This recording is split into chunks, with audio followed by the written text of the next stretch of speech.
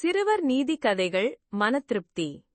ஒரு கோவிலில் கல் தச்சர்களின் முயற்சியால் சிற்பங்கள், சிலைகள், விக்கிரகங்கள் வடிவமைக்கப்பட்டு கொண்டு இருந்தன. ஒரு கல் தச்சர் ஒரு சிலையை உருவாக்கிக் கொண்டு இருந்தார்.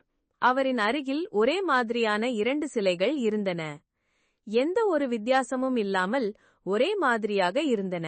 அதைக் கண்ட வழிப்போக்கர் ஒருவர், ஒரே விக்கிரகத்திற்கு 2 சிலைகளை உருவாக்குகிறீர்களா ஐயா என்றார். கல் தச்சர் சொன்னார், எங்களுக்கு ஒரே ஒரு சிலையே போதுமானது. ஆனால் முதலில் செய்யப்பட்ட சிலையில் சேதம் ஏற்பட்டுள்ளது. அதனால் 2வது சிலையை உருவாக்குகிறேன். வழிப்போக்கர் நன்றாக 2 சிலைகளையும் உற்று கவனித்துவிட்டு சொன்னார், எந்த சேதமும் எனது கண்ணுக்கு தெரியவில்லையே.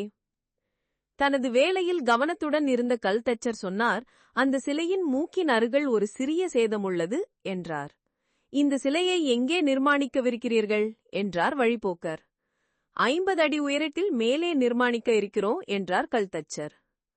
அதற்கு 50 அடி உயரத்தில் இருக்கப் போகிற சிலையின் மூக்கின் அருகில் இருக்கும் இந்த சிறிய சேதத்தை யார் கவனிக்கப் போகிறார்கள் என்றார் வழிப்போக்கர்.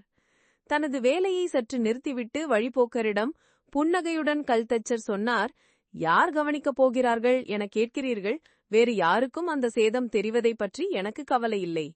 எனது கடமையில் இப்படி ஒரு சேதத்தை நான் உருவாக்கியதை அடுத்தவரிடம் மறைப்பது எனக்கு பிடிக்கவில்லை. சேதம் சிறியதா பெரியதா என்பது பற்றி கவலையில்லை. செய்யும் தொழிலில் பிழை ஏற்படலாம். ஆனால் பிழையை மறைக்காமல் வெளிப்படையாக இருக்கவே விரும்புகிறேன். நீதி. உயர்ந்த தரம் என்பது அடுத்தவரின் பார்வையிலிருந்து வரவேண்டியது இல்லை. அது தனக்குள்ளேயே இருந்து வரவேண்டும். அடுத்தவருக்காக வேலை செய்வதில் கிடைக்கும் இன்பத்தை விட தன் மன திருப்திக்காக வேலை செய்வதில் கிடைக்கும் மகிழ்ச்சி அதிகம்.